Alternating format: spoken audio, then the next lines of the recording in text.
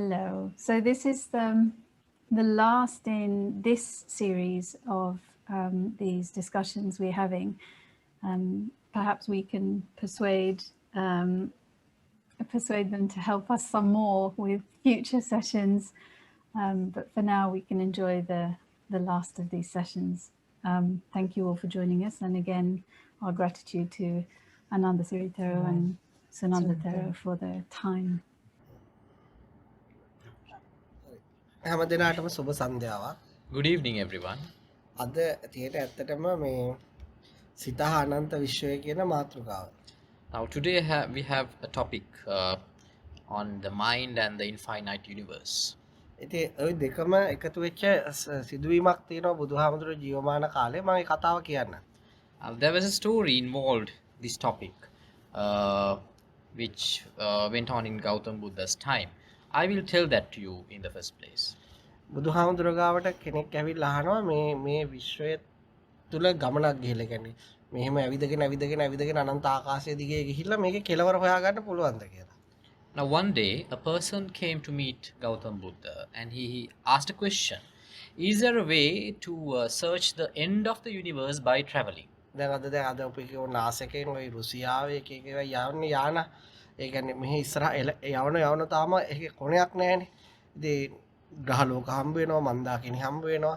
අන්න ඒ වගේම එකක් අහන්නේ. මෙහෙම මේ මන්දාකිනි වෙන මන්දාකිනියකට මේ ග්‍රහලෝකයේ වෙන සෞරග්‍රහ මණ්ඩල වෙන සෞරග්‍රහ මණ්ඩල ඔහොම යම් කෙනෙක්ට යම් වස්තුවකට එක දිගට ගමන් කරවති මේකේ කෙලවර හොයාගන්න පුළුවන්ද? Now, even nowadays, the scientists are in a wild search about the universe, as like institutions like NASA and the countries like Russia. They are continuously investigating about the universe and they are searching a way to find the limits of this universe by passing through galaxies, passing through planets, likewise. ඒ කියන්නේ අදත් මිනිස්සු තුල ඒවා හොයන්න ඒවා ගැන තොරතුරු දැනගන්න කුතුහලයක් තියෙනවා. ඒ කියන්නේ ඒ කාලෙත් වෙලා තියෙනවා.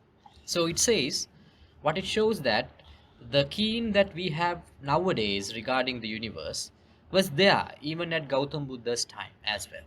බුදුහාමුදුරුවෝ කියන කවදාවත් ඔහොම කොච්චර දුර ගියත් කොච්චර වේගෙන් ගියත් කවදාවත් මේකේ විශ්වයේ ගිහිල්ලා කෙලවරක් හොයාගන්න බෑ කියලා. So the reply of Buddha was like this. He said, by traveling, it doesn't matter how fast that you travel, you will never find an end to this universe. ඒකට ඔහු කියනවා ඒක ඇත්ත. ඔහුට එහෙම අත්දැකීමක් තියෙනවා. ඔහු ඉතා වේගයෙන් ගමන් කරා මේ විශ්වයේ කෙලවර හොයන්න. ඒ ක්‍රමය මොකද්ද කියලා නැහැ ඇත්තටම ගියපු. නමුත් ඔහුට සෑහෙන අනන්ත දුරකට ගියත් ඒත් කෙලවරක් දකින්න ලැබුණේ නැවත පෘථිවියට ආවා කියලා. So the questioner acknowledged the answer of Gautam Buddha. He said, yes, you're very true. Because by experience I know, I did a research and I traveled through the universe and I went on and on, but I couldn't find the end of this universe. The story doesn't say the mode of his transportation, but it says that he did something, but he couldn't find an end. ඊට උහාරා මේ කියන්නේ මේ විශ්වයේ කෙලවර දකින්න විදියක් නැද්ද කියන්නේ. So then he questioned him, isn't there any other way? Is there no way to find the end of this universe? ඊට බුදුහාමුදුරුවෝ ක්‍රමයක් තියෙනවා ගමනක් යන්න ඕන. So then the Gautam Buddha said, yes, there is a way, and for that also there is a path to travel. දැන් ඒ උත්තර දෙකෙන් එපාර යා කන්ෆියුස් වෙනවා. ඒ කියන්නේ ආ විශ්වයට හිතා ගන්න බැරි වෙලා යනවා. ඒතර කියන පළවෙනි උත්තරේ නම් මම ගොඩක් සතුටටපත් වුණා. දැන් දෙවෙනියට ගමනක් යන්න ඕන කිව්වම මට මොකද්ද කියලා හිතා ගන්න බෑ කියලා. So then he replied, the questioner replied, I was satisfied and I acknowledge your first answer. But the second answer of yours is questionable. Because you're saying, I said that it cannot be investigated by traveling. But secondly, you're saying there is a travel to investigate it. What is this? ඒතර බුදුහාමුදුරුවෝ කියන මේ යටිපතුලෙන් ඉහළට හිස් මුදුනෙන් පහළටත් විශ්වයක් පවතිනවා. So then Gautam Buddha said, there is a whole universe from top of our head to the bottom of our feet. Within that there is a universe. ඔන්න ඔය තුල ගමනක් ගියොත් මුළු අනන්ත විශ්වයම මුළු ජීවිතේම මුළු අනන්ත සක්වලම ඔබට අවබෝධ කරගන්න පුළුවන්. If you travel through that universe, you will be able to identify you will be able to investigate the entire universe itself. එතකොට දැන් ඔතෙන්දී එක පැත්තකින් අද ලෝකේ ගත්තොත් සයන්ටිස්ට්ලා ගණිත ගණන් හදන අය යානාවල් හදන අයගේ තියෙන ආසාව කැමැත්ත විශ්වය ගැන තොරතුරු එක පැත්තක සයිඩ් එකක් තියෙනවා. අනිත් පැත්තේ ආධ්‍යාත්මීය කතාවක් තියෙනවා. So in this story, it reveals two sides. The one part is that curiosity that the people have regarding the science, regarding the new knowledge about the universe. And the other part is the spiritual component, the investigation within that you have to do in doing that investigation. එනිසා මේ අපිට හැමෝටම අපේ හිතක් තියෙනවා, සංඥා තියෙනවා. ඉතින් ඒක තුළ මේ තුළ අපිට අවබෝධයෙන් ඉන්න පුළුවන්. බුදුහාමුදුරුවෝ කියනවා ඒ පිළිබඳව අවබෝධය ලබා ගන්න විදියක් තේරුම් ගත්තොත් මුළු විශ්වයම තොරතුරු හමු වෙනවා කියලා. So the Gautam Buddha's mode of investigation was that he said there is a mind and there is data in that. And if you do a thorough research about the mind and data, there will be a way to investigate the universe.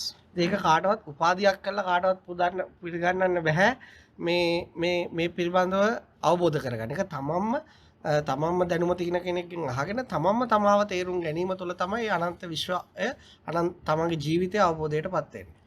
Now that knowledge cannot be awarded to you from or by another person as a degree that you are holding.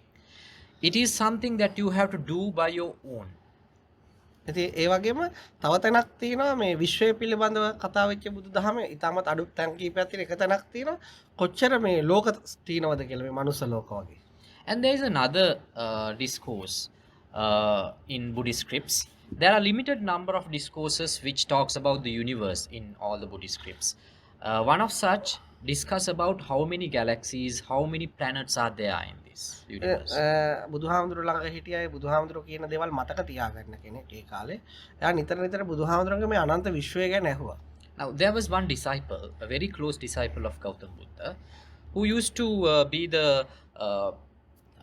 he was like the library of the entire knowledge of Gautam Buddha. He used to remember everything what he preached. He continuously questioned Gautam Buddha in many occasions about the universe. බුදුහාමුදුරුවෝ ඒ ගැන වැඩි කතා කරන්න කැමති වුණේ නැහැ. But Gautam Buddha did not like that topic. මොකද හේතුව උන්වහන්සේ නිතරම කිව්වා ඒව ගැන කොච්චර තොරතුරු දැනගතත් ඔයාට ජීවිතේ සන්තෝෂයෙන් ඉන්න එක එච්චර වැදගත් නැහැ කියලා. Because Buddha's idea was that it doesn't matter how much of knowledge that you gather about outside, about the universe, it will never help you to contain your mind at a bliss. ඉතින් නමුත් අර ළඟම ඉන්න කෙනා නිතර ඉල්ලීම් කරන නිසා එක වෙලාවක ලස්සන තොරතුරක් විස්තර කරා. But since this particular disciple was questioning him over and over again, one day he gave a reply.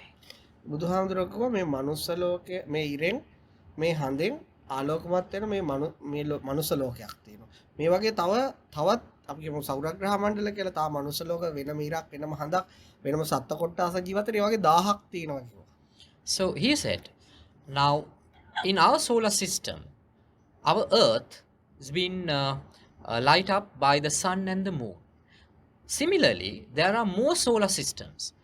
There are 1,000 solar systems similar to our solar system, which there are in those solar systems there are earths which are being lighted by a sun and a moon.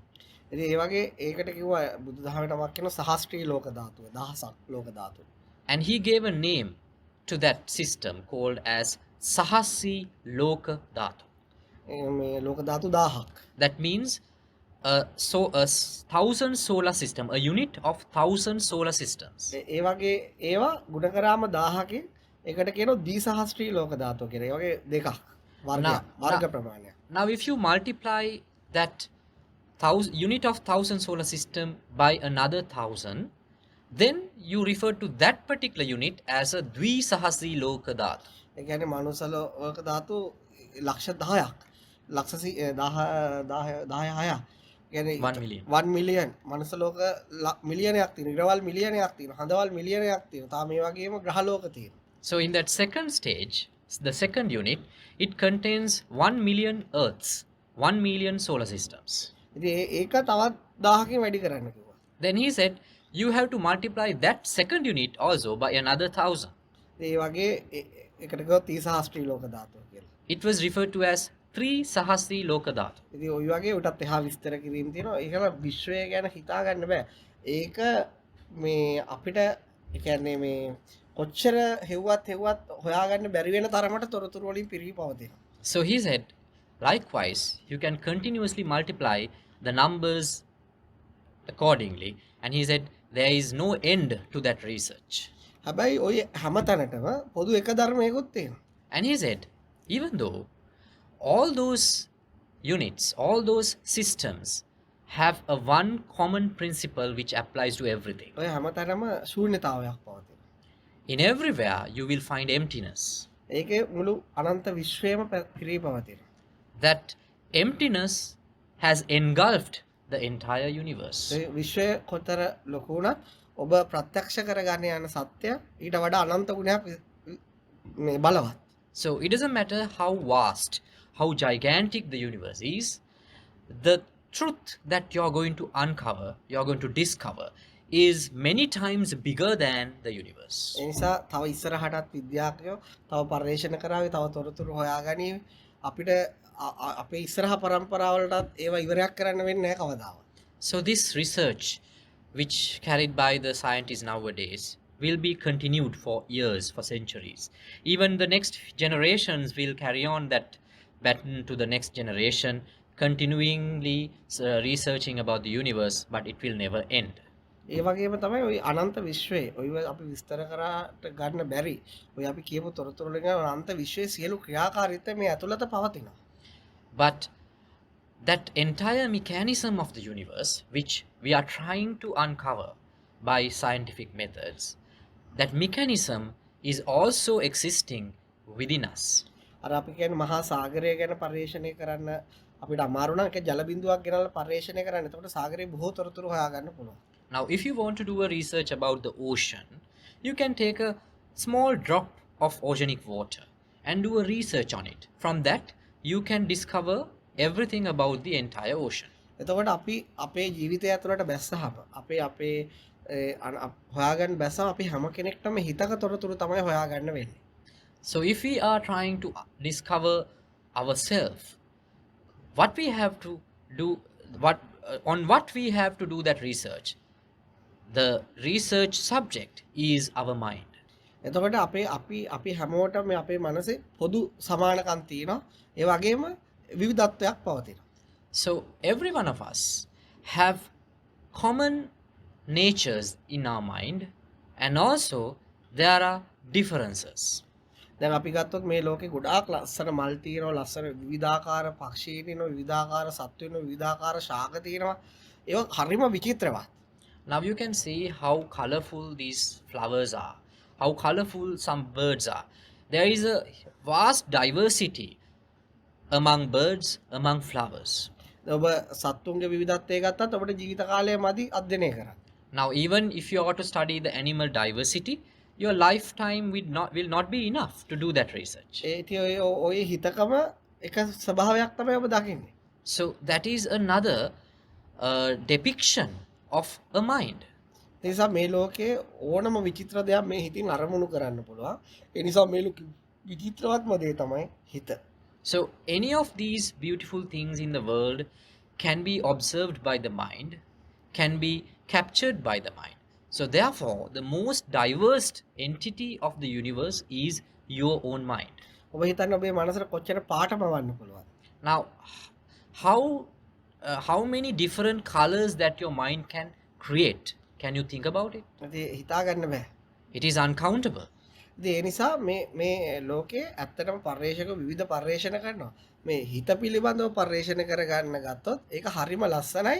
ඒක හරිම විචිත්‍රවත්. ඒක මේ සීමාවකට එහා ගියොත් කවදාවත් කල් ඉවර කරන්නත් බෑ. So the people are doing a lot of research about materialistic things, but if someone to start the research about his own mind, it is very colorful, it is very interesting. But if you go beyond the limits, that will also go through a never ending process. ඔබේ ගෙදර 5 දෙනෙක් ඉන්නවනම් ඒගොල්ලොන්ගේ වෙනත් 5 විදියක්. Now if you have 5 members in your family, all of them have different characteristics. ඒ හිතේ වෙනස. The reason for that is the differences of their mind. අපි කියව පුද්ගලයෝ 10 දෙනෙක් ගත්ත සමහරට මත 10ක්. අරමුණු ඒ කියන්නේ දෙයක් දිහා දකින විදි 10ක්. Now if you take 10 people in a group, they can possess 10 different ideas. They can observe on the same thing in different perspectives. ඉතින් ඒ නිසා මේකේ මේ හිතේ සුන්දරත්වය බලවම හිතේ විචිත්‍රත්වය බලුවාම ඕන තරම් දේවල් කවි ලියන්න පුළුවන්, කතා කියන්න පුළුවන්, විස්තර කරන්න පුළුවන්. ඒක සීමාවක් නැහැ. So the diversity of the mind can be revealed to the world through novels, through poetry, from many different artistic ways. දැන් බලන්න මේ ලෝකේ කොච්චර ලස්සන නිර්මාණ තියෙනවද? ඒ ඔක්කොම හිතක තමයි පැන නගන්නේ. Now think about how many beautiful things people have created, humans have created. All those things started in one's mind. ලොකු ගොඩනැගිලි, ලොකු පාලම්, ලොකු වාහන, ඊළඟට රොබෝස්ලා ඒක ඉවරයක් නැහැ. ඒ නිර්මාණය සියල්ලම හිතකින් හදන්නේ. Now these skyscrapers that you see, these luxury vehicles and these sophisticated technology, everything that you find is a concept which was developed in a mind. ඒ නිසා මේ හිතෙන් ගොඩාක් මේ හිත ශක්තිමත් මනුස්සයට ගොඩාක් දේවල් කරන්න පුළුවන්. Now if one has a very strong mind, that means he has a vast array of capacity of doing things. දැන් බලන්න මේ ලෝකේ දරුණු යුද්ධ හිතාගන්න බැරි යුද්ධ පවත්වනවා. ඒ ඔක්කොම හිතකින් තමයි ප්ලෑන් හදලා යුද්ධ දිනවන්නේ. යුද්ධ උපකරණ පවා නිර්මාණය කරන්නේ. Now even if you take about wars among nations, all those things being created by the mind. They plan about the war, they plan about winning, they plan about weaponry, everything was planned by a mind. දැන් ඇඳුම් ගන්නකො ඒ ඇඳුම් ගත්තොත් ඇඳුම් කෝටි ගාන ප්‍රකෝටි ගානක් මේ ලෝකේ පවතිනවා. ඒ හැම එකක්ම හිතකින් තමයි ඩිසයින් කරන්නේ. And these different fashions, all those things being created by a mind of an artist. ඒ නිසා මේ හිතින් කරපු නිර්මාණ හොය ගියොත් ඒත් අපිට මේ අපේ ජීවිත කාලේ මදි ඒව දැකලා ඉවර කරන්න. So if we are to list down, to do a search about the different products of the mind, that will too a never ending process. ඔබ හරියට හිත ගැන හොයාගත්තොත් මේ ලෝකේ හිත විසින් තමයි හැම දෙයක්ම නිර්මාණය කරලා තියෙන්නේ.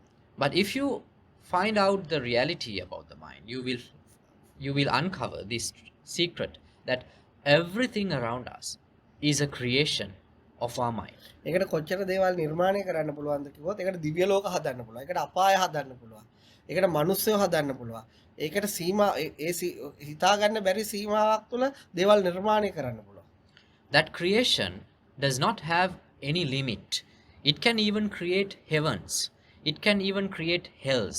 It can even create another universe. There is no limitation for the creation of one's mind. ඔබට අපි මුලින්ම අනන්ත විශ්වය ගැන තොරතුරු කිව්වා.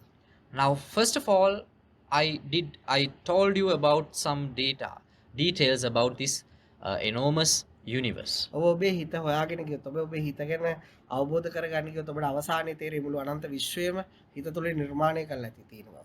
But if you do the research about your own mind, ultimately you will find out that entire universe itself is a creation of your own mind.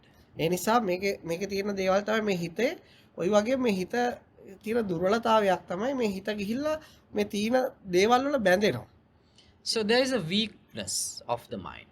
That is the attachment it has. It can get attached to things. ඒ වගේම මේ හිත එක එක විවිධාකාර ලෙඩ රෝග වලට භාජනය.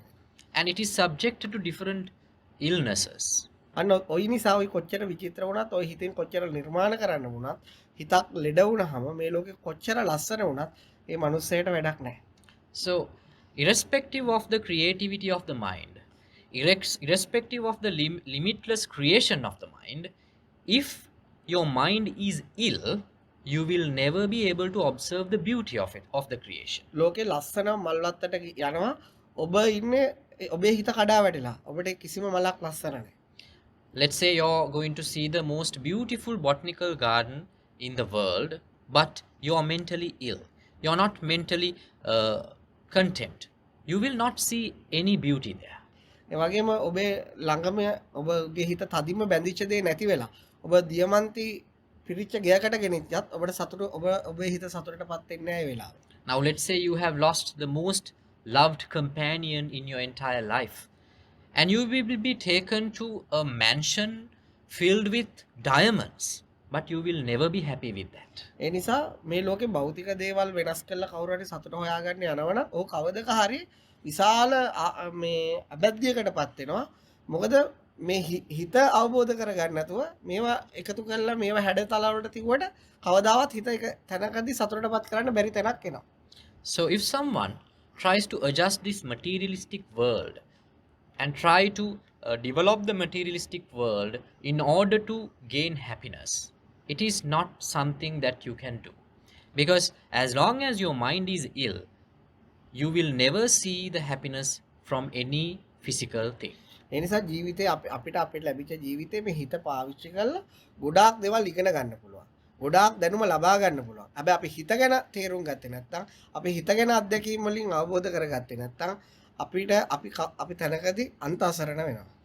So you can use this mind to investigate on many things. You can use the mind to logically think about many things.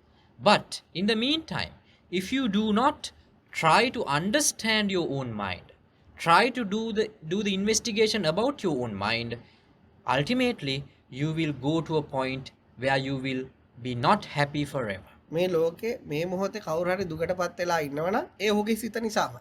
If someone is sad, if someone is suffering at this particular moment, it is not because of anything, it is because of his own mind. මේ ලෝකේ යම් මිනිස්සෙක් සතුටටපත් වෙලා ඉන්නවනම් ඒත් ඔහුගේ සිත නිසාමයි. If someone is happy, if someone is at a bliss, it is also because of his own mind. හිත ගැන නොතේරෙන කෙනෙක් කියව අරයා කරපු දේ නිසා තමයි මට දුක. අර සිදුවීම වෙච්ච නිසා තමයි මට දුක. අර දේ නොලැබිච්ච නිසා තමයි මට දුක කියලා. ඇත්තටම හිත නිසායි දුකටපත් වෙලා. Now, if someone does not have a proper understanding about their own mind, they will definitely say, I am unhappy because she didn't do that to me. I am unhappy because of the action of that person. I am unhappy because of this particular incident. But it is not because of anything that he is unhappy. It is because his own mind. ඒ වගේම සතුටටපත් වීමත් එහෙමම තමයි. So the happiness is also like that. ඒ නිසා මේ හිත බුදුහාමුදුර එක වෙලාවක කියන යුද්ධ 1000ක් දිනන්න ප්ලෑන් කරලා මේ හිතින් එකක් කරගන්න පුළුවන්. ඒ අමාරු දේත් කරන්න පුළුවන්. හැබැයි හිත අවබෝධ කරගත්තේ නැත්නම් යුද්ධ 1000ම දිනුවා කියලා ඇති වැඩකුත් ඒ මනුස්සයට නැහැ. So Buddha once said, you can plan and win 1,000 wars by using your mind. But if you do not discover, if you do not find the reality about your own mind, it doesn't matter how much of wars that you have won, you're a loser.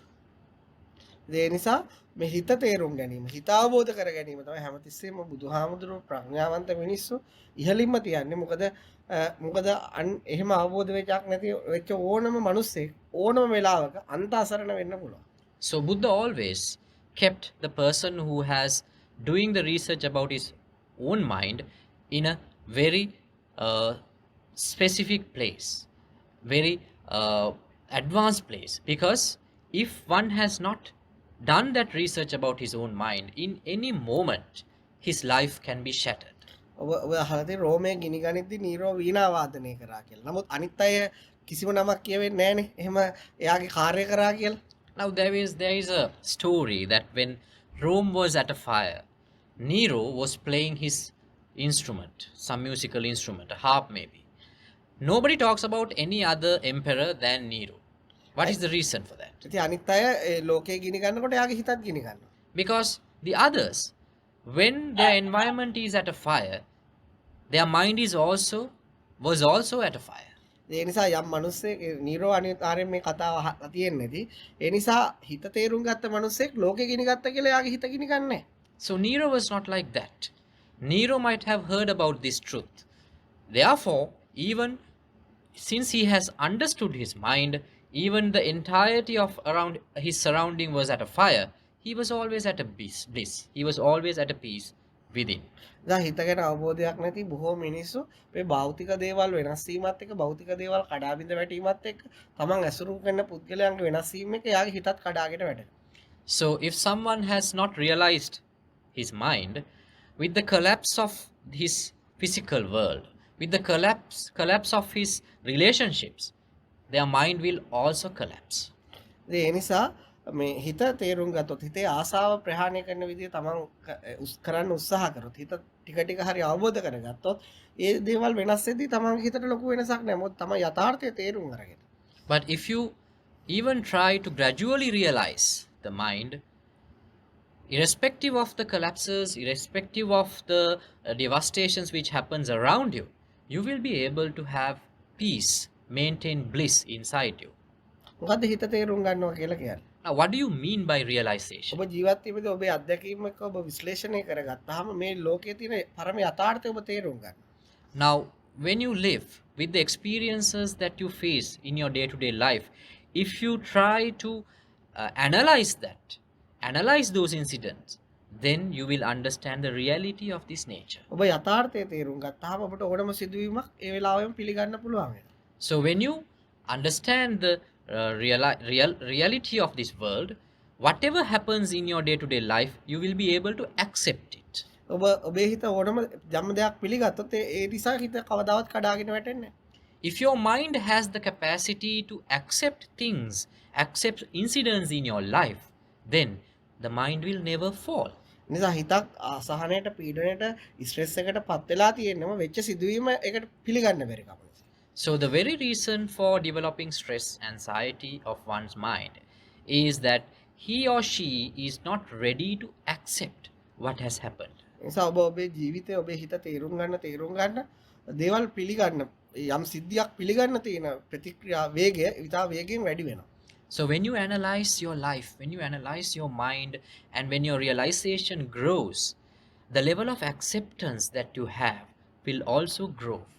එනිසා එතකොට මේ මුළු ලෝකෙම විනාශ වෙලා ගියත් ඔබ ශක්තිමත් ඔබ සතුටේ.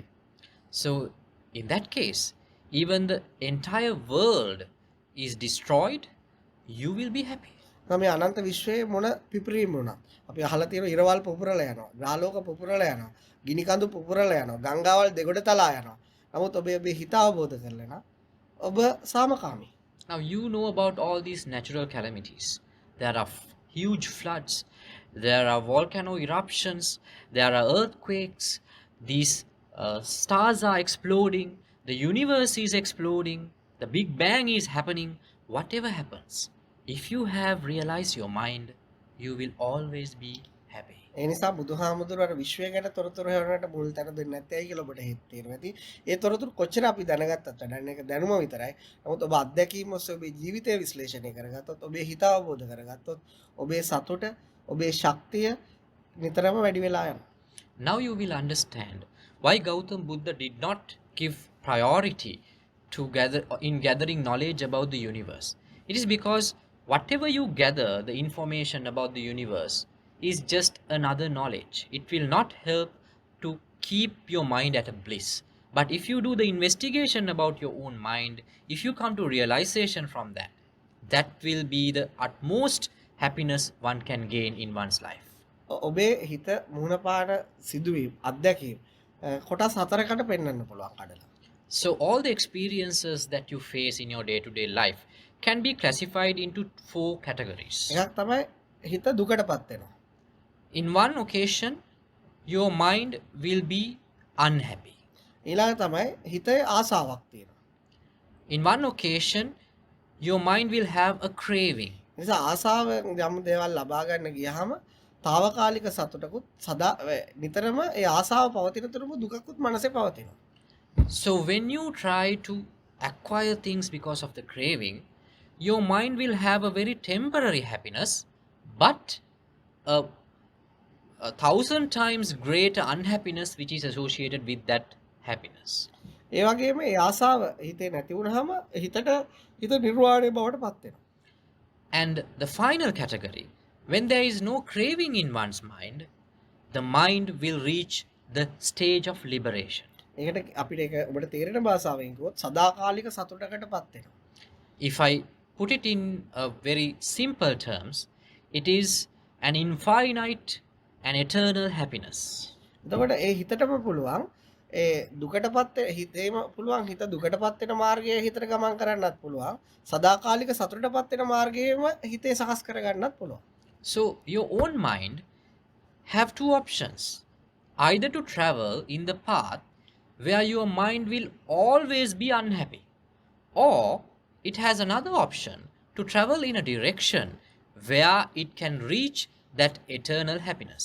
මොකද්ද සතුටිය ටික ටික වෙලාවක සතුටටපත් වෙනවා අයිත් බොහෝ වෙලාවක් දුකටපත් වෙනවා අයිත් සතුටක් හම්බුණත් ඒක ඉවර වෙනවා ඒ මාර්ගය මොකක්ද Now, what is the path which will give you a very short happiness, very minute level of happiness, and will give 1,000 times greater unhappiness attached with that? What is that path? ඒක තමයි මේ ලෝකේ බොහෝ මිනිස්සු තමන්ගේ මානසිකව ගමන් කරන මාර්ගය That is the most widely used, the common path that everyone is traveling in this world. ඒක තමයි අපි ඒක සරලව කිව්වොත් මේ බයිබලෙත් එක ගැන සටහනක් තියෙනවා බුද්ධ දේශනාවෙත් තියෙනවා අපි කියමු ක්‍රෝධ කරන්නාට ක්‍රෝධ කරන්න තමයි අපිව පුරුදු කරලා තියෙන්නේ So that path has been described in the Buddhist scripts and also in the Bible as well. In that path, it says, if someone has hatred towards you, you should also give hatred to him in return. එනිසා අපිට අපේ සමාජයේ බොහෝ අය පුරුදු වෙලා තියෙනෙත් ඒක අපි පුරුදු කරගෙන තියෙනෙත් බහුතරයක්ම ඒක තමයි. So that is the most common habit in the human society that has been developed by most of us. ඒ වගේ තමයි අපිව කවුරු හරි රැවට්ටුවොත් අපි ඒ මනුස්සයා ගැන අයින් නැවත සතුටටපත් වෙන්නේ අපිත් අපිටත් වඩා ඔහු රවට්ටන්න. And in that path, if you're being deceived by someone, you are too trying to deceive him in return. ඒ වගේම අපිට කවුරු හරි උදව් කරොත් අපි කැමති බොහෝ දුරට උදව් කරන්න. අපිට කවුරු හරි උදව් කරේ නැත්නම් අපි ඔහුට උදව් කරන්න කැමති වෙන්නේ නැහැ. And if you're not being offered a help by someone, in that path, you too will not help him in return. ඒක හරියට මේ වගේ ගංගාවක් ඉහළ ඉඳලා මුහුද දක්වා ඔහේ ගලාගෙන යනවා. අන්න ඒ වගේ තමයි අපේ සිතත් අපි ගොඩාක් මිනිස්සු විදියට ওই වගේ එක පොදු රටාවකට ඉස්සරහට ඇදෙනවා. Now it is something like that. A stream flows from its starting point to the sea in one direction. The entire society travels, the mind of the entire society collectively travel in that one direction. ඒ උදාහරණයක් චීනය අභියෝගය කරොත් ඇමරිකාවට ඇමරිකාව පෙරලා අභියෝග කරනවා. Now as an example, if China challenges the United States too in return will challenge China next day. ඒ වගේම අයිත් එක ඒ රටක නගර දෙකක් අතර આવොත් එක නගරයක් චැලෙන්ජ් කරොත් අනිත් නගරෙත් බොහෝ දුරට චැලෙන්ජ් කරනවා. If one city challenges the neighboring city too will challenge in return. ඒ වගේම ගෙවල් දෙකක් අතරට આવත් ඒක තියෙනවා. මේ ගෙදරින් අර ගෙදරට මොනවා හරි අභියෝග කරොත් පෙරලා අභියෝග කරනවා. So it comes even to your neighborhood. If one house challenges the neighboring house will challenge the other house in return. ඊළඟට husband and wife ගත්තත් ඒක හිමම පවතිනවා. So in one house even, it happens in between the husband and wife. If the husband challenges, the wife will too challenges in return. ඔබට දැන් පේනවා ඇති සිතුවිලි මුළු ලෝකේ පුරාම එකම රටාවකට විහිදලා තියෙන විදිය. Now can you see this common way that the mind works from the single unit to the large society? ඒක තමයි මනස දුකටපත් වෙන මනස අසහනයටපත් වෙන ප්‍රජාවම අසරණ වෙන පාර. So that is the path where your mind will end up in unhappiness, where the entire society will collapse, the entire society will suffer from sadness, unhappiness and bitterness. ඊළඟට මේ ගත්තාම ඒක අනිත් පැත්ත. So there is an opposite path to that. ඒක නිකන් හරියට ගඟ උඩ පැත්තට යනවා වගේ. It is like traveling upstream. ඒක ලේසි නෑ. That is difficult. මොකද මුළු සමාජයක්ම එකම පැත්තකට ඇදෙනවා. ඊට ප්‍රතිවිරුද්ධ චින්තනයක් යම් මිනිස්සෙක් ගොඩනගා ගන්නවා. Because the entire society is flowing at one direction and one person is opting to travel upstream. එයාගේ හිතට විදිය වෙනස් කරනවා. He is changing that common way of thinking. එයා වෛරයට අවෛරයෙන් උත්තර දෙනවා. He replies hatred from non-hatred. ඔහුට දෙයක් ඉල්ලලා කවුරු හරි නොදුන්න නම් ඔහුට අවශ්‍ය වෙලාවට ඔහු සතු දේ ඔහුට දෙනවා. If he has not been given anything, he will reply to that by giving. ඔබ ගෙදරට යන ගොඩ වෙච්ච වෙලාවක ඔබ එළෙව්වා නම් ඔබේ ගෙදරට ආවම ඔහුට කන්නත් බොන්නත් දීලා මලුත් දෙනවා. If he was not greeted by someone, he will reply to that by greeting. ඉතින් ඒ වගේ ඒක අමාරුයි. සිතුවිලි රටාව හුරු කරන්න අමාරුයි.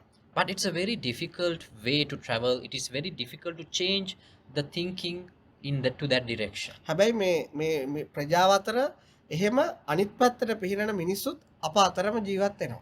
But in this society, which has a big population, there are some people, few people, handful of people traveling in that path and living with us, among us. ඔහුන්ගේ පිරි ඉතිරි යන නොවෙනස් වන සතුටක් කරා යනවා. They are traveling towards a direction where they will end up in an eternal happiness. ඇයි මනුස්සයට ඒ පාර යන්න අමාරු? Now, what is the reason for someone to travel in that path? ඒ තමන් හදාගත්ත මමත්වය, තමන් හදාගත්ත ඊගෝ එක ඔහුට අර ගඟේ උඩ පැත්තට යන්න දෙන්නේ නැහැ. The ego that once has created will not help him, will hinder his travel in upstream. දැන් මේ ලෝකෙම යන රටාව තුළ යම් මිනිස්සෙකුගේ ප්‍රතිරූපයට වටිනාකම වැඩි වෙනවා. එන්න එන්න ඊගෝ එක වැඩි වෙනවා. එන්න එන්න අසහනයත් වැඩි වෙනවා. But this common mode of stream, the common path where the entire world is traveling, the ego will gradually develop, and the value that has given to one's reputation, one's ego is great. ඒ නමුත් අනිත් පැත්තට ගියාම ඒ තමන් හදාගත්ත ego එක ටික ටික දිය වෙලා යනවා. But if you travel upstream, it will dilute the ego that you have developed. ඔබ මෙතෙක් කල් හදාගත්ත වටිනාකම් ටික ටික අත්හරින්න වෙනවා. You have to give up all those credits, credentials, reputations that you have gathered. ඔබ සානේ ඔබ අනන්ත විශ්වය බවට පත් වෙනවා. Ultimately, you will be the universe. ඔබ සදාකාලික සතුටට පත් වෙලා. You have become the happiness. ඔබ සම්පූර්ණ ස්වභාව දහම. You are the nature. ඒකට තමයි මුළු අනන්ත විශ්වය බවට පත් වෙන්න ඔබට ඔබේ සිත අවබෝධ කර ගැනීම තුළින් පුළුවන් කියලා කියන්නේ. That is why the wise are saying, by understanding your own mind, you can become that limitless universe. නිසා අමාරුවෙන් හරි යන්න ඕන ඔබ ඔබේ අතුලාන්තය පිරිසුදු වෙන මාර්ගය. අමාරුවෙන් හරි ඔබ යන්න ඕන ඔබ අතුලාන්තය සදාකාලික සතුටට පත් වෙන මාර්ගය. ඔබ ඒක ඒ පාරවල් දෙක හරියට තේරුම් ගත්තොත් ඔබේ අතුලත ඔබ අමාරුවෙන් හරි අර පාර එක්කගෙන යනවා. Even it is difficult, you have to travel in the path where your mind will be cleansed. You have to travel in the path where you will find the ultimate happiness. If you do understand the importance of it, you will definitely, without thinking twice, choose the path upstream where you will go towards that. අදට දේශනාව ඉවරයි. So from that we will conclude the discussion, the discourse. The forum is open for your questions. Ajanta? While we're waiting, maybe I can ask one question. If we understand that the mind is, that all the suffering is coming because the mind has not accepted the reality, for those things that we have difficulty to accept, is it a good step first to at least recognize my mind has not accepted the reality? Because some things I see are easier than other things to accept, but some things for many years maybe I didn't accept. But is it a good step to at least recognize my mind is not accepting this reality, even if I can't change it in this moment? සහන ප්‍රශ්නය තමයි ඔබ කියනවා මේ මාර්ගයේදී අපි පවතින තත්ත්වය පිළිගැනීම තමයි තමයි සහනයට තියෙන කාරණාව කියලා. ඒක අපිට තේරෙනවා. නමුත් සමහර දේවල් මේ ජීවිතේ තියෙනවා කොච්චර කරත් අපිට ඒව පිළිගන්න බෑ. දැන් ජීවිතේ බොහෝ කාලයක් ගත වෙලත් සමහර දේවල් අපිට පිළිගන්න බෑ. ඒතකොට ඒ වගේ තත්ත්වයකදී ඒ වගේ අවස්ථාවකදී ගත යුතු සුදුසුම පියවර වෙන්නේ මම පිළිගැනීමද මට ඒක පිළිගන්න බෑ කියන එක. පිළිගන්න බෑ කියන එක.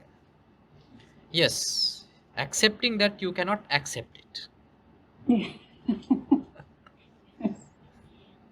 Thank you. අයි ඊළඟට බලන්න අයි මට තාමත් ඒක පිළිගන්න බැරි කියලා. Then you have to analyze the reason for not being able to accept it even now. ඒකට තාම මට යථාර්ථය තේරුම් ගන්න බැරි වෙලා තියෙනවා. That is because I have not been able to uncover the reality yet. දැන් මම දැන් ඊයේ අහුවා නිවුස් එකක් චීනයට මේ ගිය දවස් 3ට වැහැලා මුළු අවුරුද්දම වහින ප්‍රමාණය එක දවස් 3කට වැහැලා. Now I saw a news in the internet recently. Now for last few days there has been a huge rainfall in China, Within 3 days, they have gained the entire rainfall that they can acquire throughout the year. ඒක අවුරුදු 5000කට පස්සේ තමයි එහෙම දෙයක් වෙලා තියෙන්නේ. So that has happened after 5,000 years in the Chinese history. එතකොට දැන් මේ වෙලාවේ ලක්ෂ ගාණක් අවතැන් වෙලා. And about millions of people have become homeless. ඒ වගේම ටනල් එකක් හදාගෙන යන ඇතුලේ 100 ගාණක් එක තැනක බේර ගන්න බැරුව මැරෙනවා වතුර ගිහින්. And there are a lot of casualties has been occurred in a construction site. ඒ වගේම අර ලොකු වේලි පුපුරලා යන්න ආසන්න වෙලා. And the dams are about to explode. ඉතින් ඕක කාට පිළිගන්න බැරුණත් අවසානයේ පිළිගන්නකම් ඒ ප්‍රදේශවල ඉන්න මිනිසුන්ට හිත සාමකාමී වෙන්නේ නැහැ. So it will be very difficult for people to accept it. But as long as they accept it, none of them will be happy. නමුත් දැන් මේ දේ වෙලා ඉවරයි. අද හරි අවුරුදු 100කින් හරි අවුරුදු 5000කින් හරි ඒ වෙච්ච දේ විදිය තමයි එච්චර වෙනස් කරන්න බෑ. So it has already happened. Either you have to accept it today, or maybe in 100 years, or maybe in 5,000 years. දැන් කවුරු හරි මේ මොහොතේ මේ සිදුවීම පිළිගන්නවා නම් ඔහු ඇත්තටම ඔහුට ප්‍රශ්නයක් නැහැ. But if someone is ready to accept it then and there in this moment, actually he has no problem at all. හැබැයි කවුරු හරි ඒක පිළිගන්නේ පැය 24කින් නම් ඔහුගේ හිත සාමකාමී වෙන්නේ පැය 24කින්. But if someone is going to accept it in 24 hours, after 24 hours, his mind will come to a peace after 24 අර hours. අය පැය 24 මෙහා විඳවනවා. Within that 24 hours, he is supposed to suffer. අවුරුද්දක් යනකම් කෙනෙක්ට ඒක පිළිගන්න බැරි නම් අවුරුද්දක් යනකම් එයා stress. If someone cannot accept it for an year, he will be at stress for 1 year. ඒ නිසා ඔන්න ඔක තමයි සාමාන්‍ය මිනිස්සුන්ගේ හැටි. යම් සිදුවීමක් වුණාම ඒක පිළිගන්න සමහර අයට බොහෝ කාලයක් යනවා. So that is the common nature of this human society. It takes long time for people to accept things. ඒක ඊගෝ එක වැඩි නම් එයාට පිළිගන්න යන කාලය වැඩි. If the ego is great, the time to accept will be dragged. එතකොට එයාගේ ඊගෝ එක අඩු නම් එයාට ඉක්මනට ඒ දේ එක එයා සෙටල් වෙනවා. If the ego is less, he will be ready to settle with whatever has happened. අපේ මමත්වය ඒට තියෙන වටිනාකම අඩුවෙන් අපි ස්වභාව දහමේ යථාර්ථය අපි තේරුම් ගන්නවා අපි පිළිගන්නවා.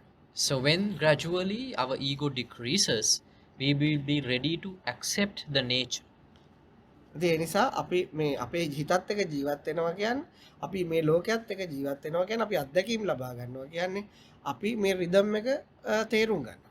So living with the nature means understanding the reality means we understand the rhythm of this universe. ඊළඟට ඒ නිවුස් එක ඉවරනම තව නිවුස් එකක් දැක්ක වර්ල්ඩ් නිවුස් වල ඇමරිකාවට විශාල ගින්නක් ඒ දවස් ටික ඇතුළේ. And then after that I saw another news on the internet that there has been a bushfire in America. ඉතින් ඒක තමයි ලෝකේ හැටි. So that is the nature of this world. ඉතින් එතකොට අර ගිනි ගන්න ප්‍රදේශයේ මිනිස්සු ඇහුවොත් ඇයි ගිනි ගත්තේ ඇයි අපිට මෙහෙම වුනේ කියලා ඒ තර අසහනයම තමයි. So if the people who are facing the bushfire, if they question in return why we are suffering because of this bushfire, they will be also suffering as long as they accept it. තව කවුරු හරි ඇහුවොත් ඇයි එහාට වැස්සේ නැතුව මෙහාට වැස්සේ කියලා ඒත් වැඩක් නැහැ. කොහොම තමයි වෙලා තියෙන්නේ.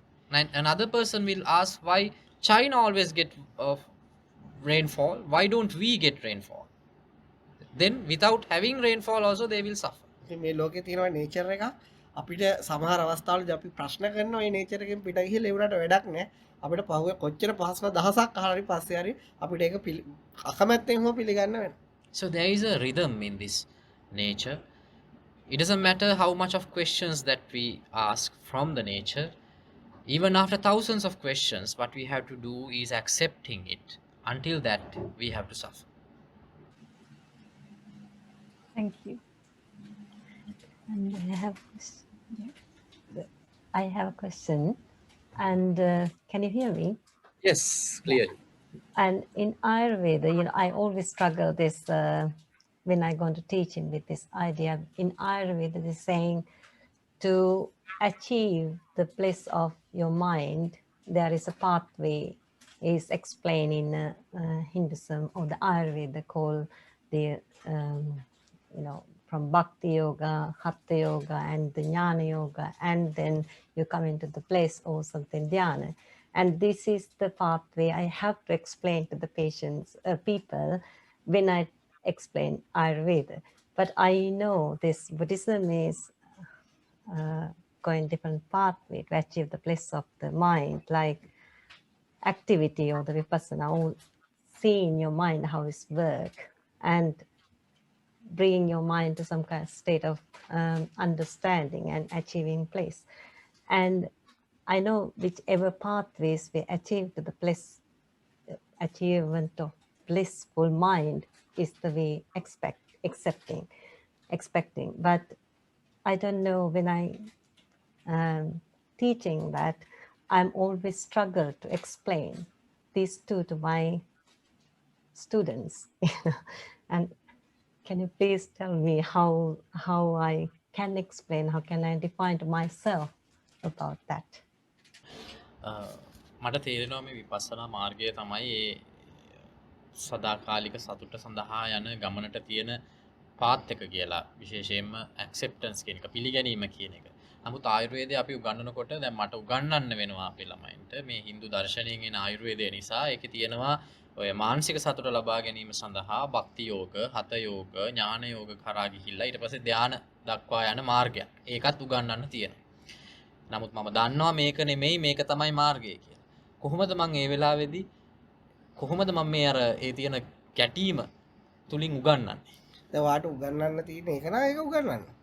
Now if that is the material that you have to teach, you have to teach it. ඒ ධානය ඔයගොල්ලන්ට ආවට පස්සේ මේ කතාව කියලා දෙනවා. So when they reach that dhyana yoga state, I will tell my story to them. කාට හරි භාවනා කරන්න බැරි නම් ඒක කලින්ම කියලා දෙන්න. If someone is not ready to reach to that meditative state, they are not going to or willing to do the meditation, I can teach them in the first place itself. But the thing is, it's not coming from my heart. That I'm struggling with that, because I'm just, saying something I can't, trust. It is the way. මට තියෙන්නේ ඒක මගේ හදවතෙන් එන්නේ නැහැ. නමුත් මට ඒක කියන්න වෙනවා. එතන ලොකු හදවත ඇතුලේ ගැටුමක් තියෙනවා. මොකද මගේ හදවතින් නෙමෙයි එන්නේ. ඒ කියන්නේ වා දැන් විපස්සනා මාර්ගය අල්ලගෙන. That because you are attached to the path of Vipassana. ඒක නිසා තමයි ගැටීම. That is why you have that conflict inside you. Okay. And when the way when I have to detach myself from everything and I have to do the things the way the people expect me to say. That's what the truth is then. එතකොට මට හිතෙන්නේ ඔබ කියන්නේ එතකොට මට මම හිතන දේ පැත්තක තියලා මිනිස්සු මගෙන් බලාපොරොත්තු වෙන දේ උන්ට දෙනවා. ඉතින් මෙහෙමයි. ඔයා හිතන දේ ඒගොල්ලෝ අහන්න සූදානම් නැත්තම් ඒක තමයි කරන්න වෙන්නේ. Now, if they are not ready to listen to what you believe, what you think, whatever you have to do, finally is that. ඒක දැන් ඔයා ඔතන කරන ප්‍රතිකාර ක්‍රමයන්නේ. Now, what you do there is a path of treatment. එතකොට මේ ප්‍රතිකාර ක්‍රම හින්දු විදියට හැදිලා තියෙනම් ඔයාට ඒ විදියට තමයි ඒක කරන්න වෙන්නේ. If that mode of treatment been developed according to Hinduism, you have to do it according to those knowledge. දැන් බුදුහාමුදුරන්ට පුළුවන් වුණා නම් තමන් ගාවට ආපු අයට ධානය වඩන ගැන ඒකන කතා කරලා ඒකට අවස්ථාවක් දෙන්න. උන්වහන්සේට පුළුවන් වුණා නම් ඔහුට දවසක තීරුම් ගත්තාම ඒ ගැන පැහැදිලි කරලා දෙන්න. ඉතින් අපිට ප්‍රශ්නයක් නැහැ. Now, if Gautam Buddha himself was able to receive students who were into meditation, who were doing dhyana, and he welcomed all them and he led them to do it also, but ultimately when they reached to that meditative state, that he was able to convey the final message to them. If he was ready to do that, why can't we do the same? අපි දන්න දේ ඒක එක මතයක්. Now, what do we know is also another idea. ඉතින් ඒක කවුරු හරි මේ පාවිච්චි කරනවා නම් එයාගේ හිත පිරිසුදු වෙනවා. Now, if someone is ready to use that ideology, it will cleanse that person's mind. ඉතින් තව කාට හරි කැමැත්තක් තියනවා වෙන දෙයක් පුරුදු කරන්න අපිට ප්‍රශ්නයක් නැහැ. But if someone is ready to use a different ideology, we should not have a problem about it. ඒක දවසක ඇවිල්ලා ඔහුට තීරුම් ගන්න ඊට වඩා ගැඹුරට වුණොත් ඔහුට එදාට පැහැදිලි කරලා දෙන්න. Because one day, if he is ready, if he wants to go beyond what he knows, beyond his ideology, at that point, we can enlighten them. බුදුහාමුදුරුවෝ එකයි අර එක තැනකදී කියලා තියෙන්නේ මම දේශනා කරන ධර්මයේ මම ආස්වාදයක් දන්නවා.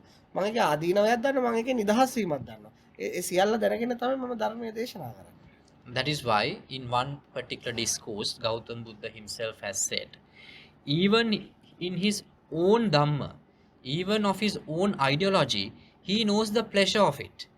He knows the suffering of it. He knows the liberation of it, of his own Dharma.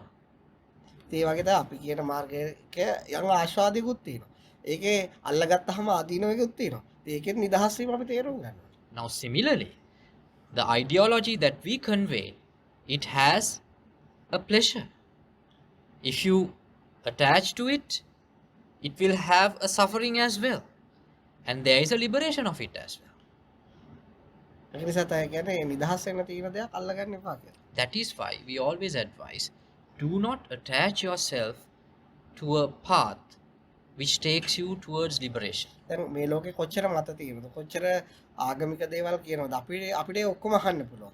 අපිට ඒවත් එක කිසිම කියන්නේ ගැටීමක් නෑ. අපිට ඒවත් එක සාමකාමී වෙන්න පුළුවන්. මොකද අපි අපේ මතය අල්ලගෙන නැහැ.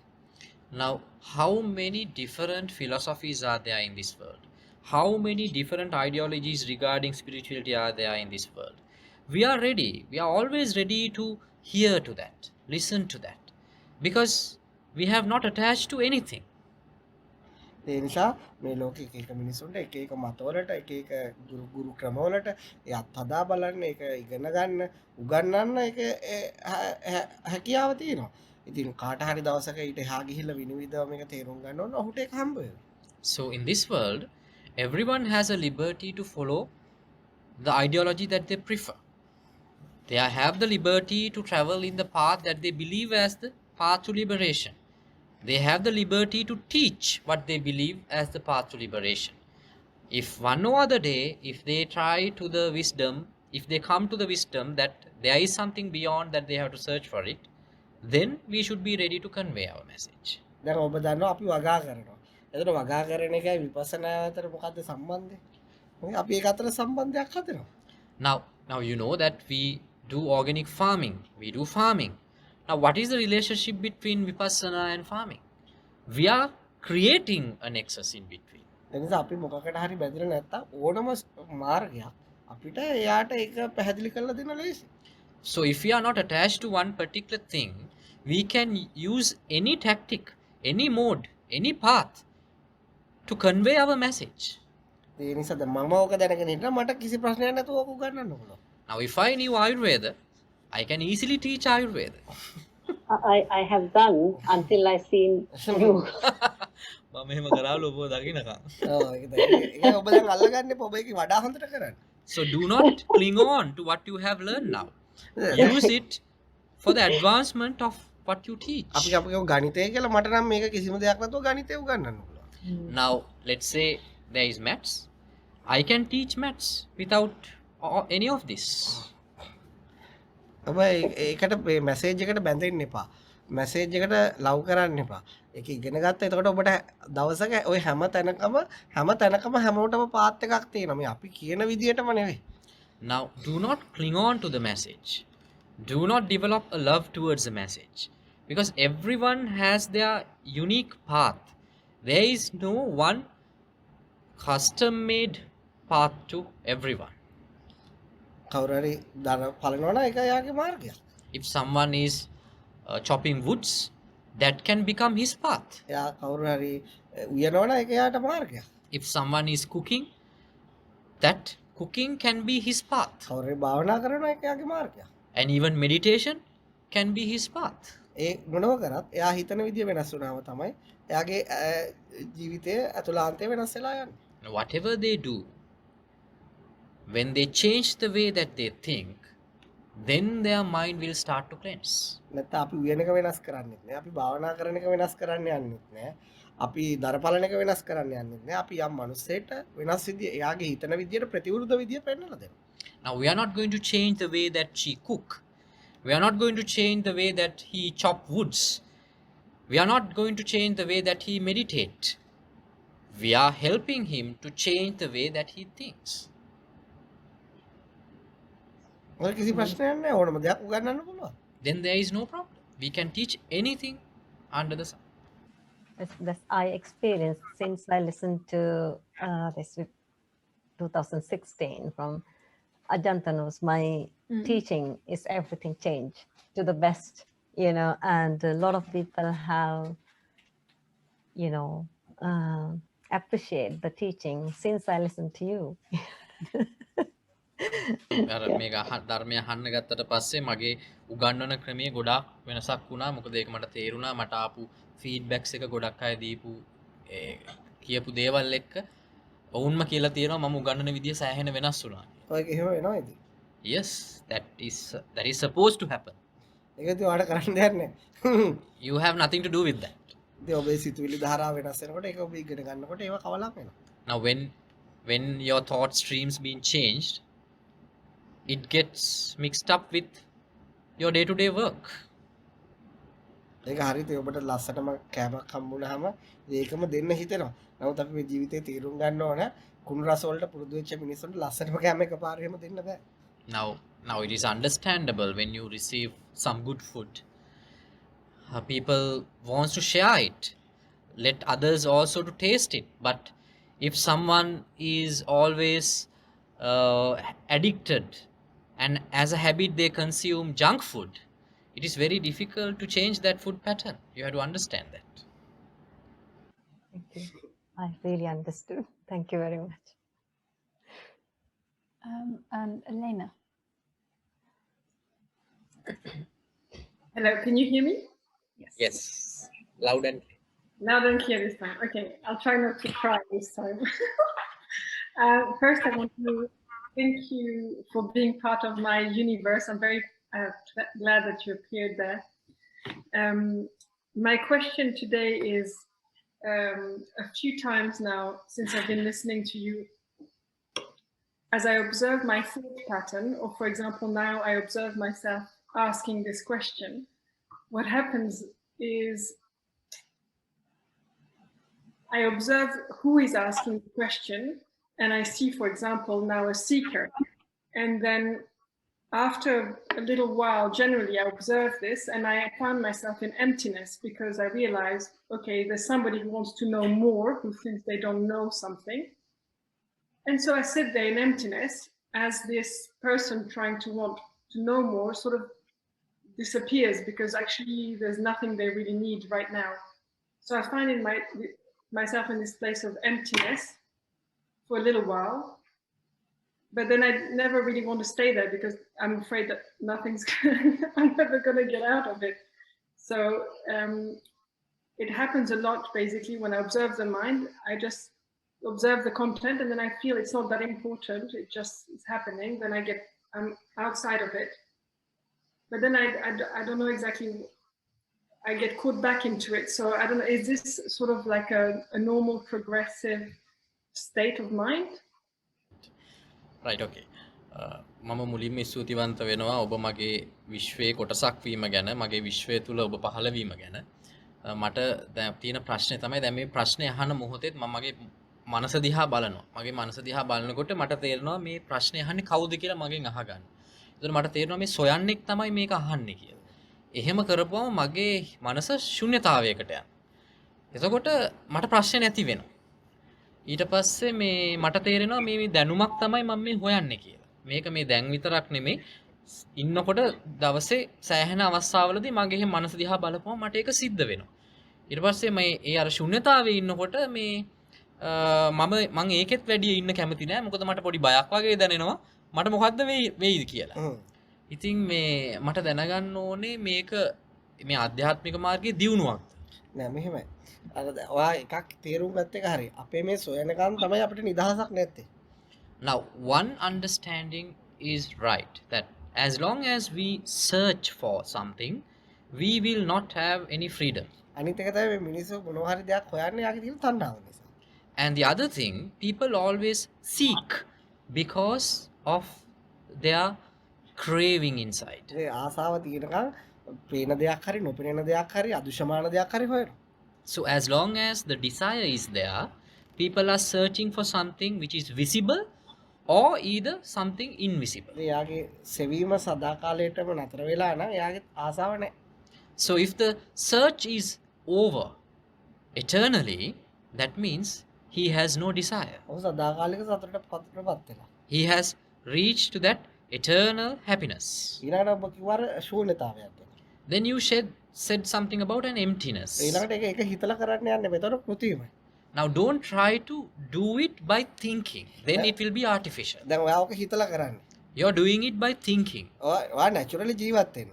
You live a natural life. ඔයාට තරහ යන්න ඕන, ඔයාට හැඟීම් ඇති වෙන්න ඕන, ඔයාගේ හිත රිදෙන්න ඕන, හිත කනගාටුවටපත් වෙන්න ඕන. ඒක කිසි ප්‍රශ්නයක් නෑ. Because you should develop anger within you.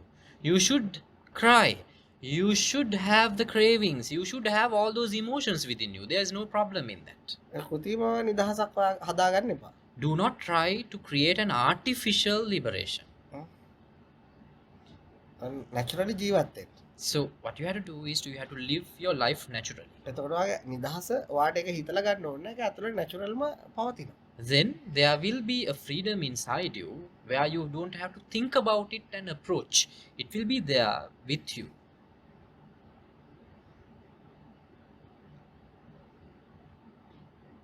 දැන් ඔබ මුහුදට පැනලා පීනනවා නම් ඔබ වතුර හොයන්න අවශ්‍ය නැහැ. Now if you are jumping to the sea and if you are swimming in the sea, you don't have to search for water. ඔයා මාළු බලන්න, ඔයා ගල්පර බලන්න, ඔයා වෙන දේවල් වැලි දිහා බලන්න.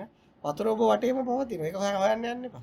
Now you can observe the sceneries, you can see the fish, you can see the corals, you can see the sand at the bottom of the sea, but do not ever search for water.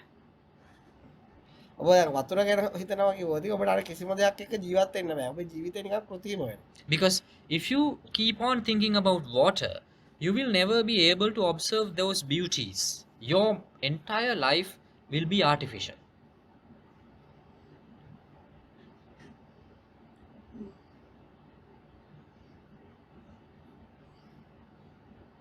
Okay. Thank you. Are you okay? Rena. And Christine. Thank you, Ajanta. Hi, it's good to see you again. Thank you. Thank you for your teachings. Thank you. Yes, I've got more and more questions as the discussion goes on. I'm trying to keep them in my mind. But I do have similar experience to Elena, which is like, I have a question, and then in a moment or two, it's like, yeah, I don't really need to ask that. And there's like I suppose it's like a conflict really internally, which is that I'm interested and want to ask, and that feels okay. And then that sort of, I don't really need to ask that, I don't need to know about that. And that feels okay until it doesn't feel okay. You know, it's like, that's okay. And it's, well, that's like, am I not interested in things anymore then? Am I not, does it mean I'm not interested? Is that, you know, if I lose my some of the desire to know, does that mean I'm not interested? So I have that process going on. And then I have two questions, if that's okay. And one of them is about how you view the relationship between acceptance and action. So, for instance, I might feel like I accept that the state of the environment now on Earth, and that I've contributed to that. And so I act now to do some things differently than I used to do.